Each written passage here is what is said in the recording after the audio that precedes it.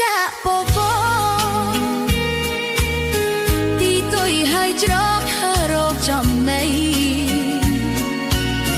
ព្រៃធំភ្នំខ្ពស់ស្មៅលាស់ត្រួយខ្ចីចិត្តអនអាឡ័យ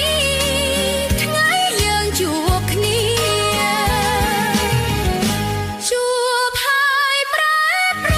ត់ប្រត់មួយជីវិតប្រត់ខានជួបចិនប្រត់ព្រោះតាំងពី